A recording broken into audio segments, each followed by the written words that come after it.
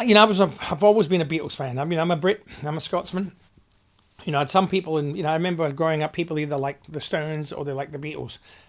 I like both, because I like the Beatles because they were such great pop songs, but I like the Stones because they were so wild and dark, right? But obviously, a lot of people didn't realize that the Beatles were wild and dark too. And none of them were darker than John Lennon. I mean, I remember listening to the Beatles and thinking, oh, this is great. And then when they went solo and John started doing Plastic Ono Band, and everybody, I remember people saying, oh, it's dark and it's brooding and it's menacing. It's what's happened to him. And I remember listening to Plastic Ono Band and thinking, I like it better. I like it better. It's real. John is a very cynical, very dark, songwriter, and he. When I heard Working Class Hero, whenever it came out, way back in the '70s, I thought it was such a great song. It was a great song, and the reason I did it was I was doing the Working Class Man tour for the book, and I wanted a song that sort of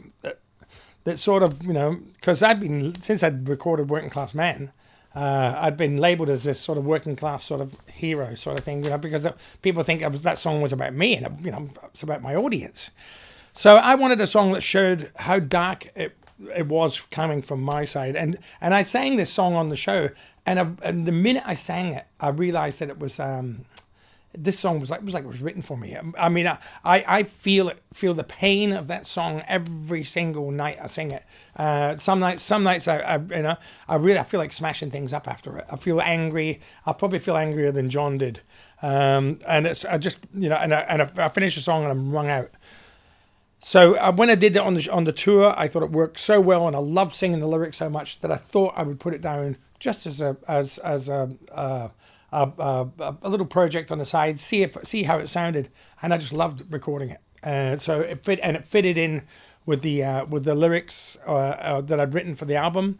So Working Class Hero was a must for this record, I thought.